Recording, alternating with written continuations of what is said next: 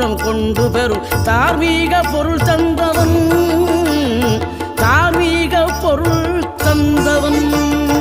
ஆறுபடை வீடும் அருள் வழங்கும் முருகா அருகே நீ ஓடோடிவா.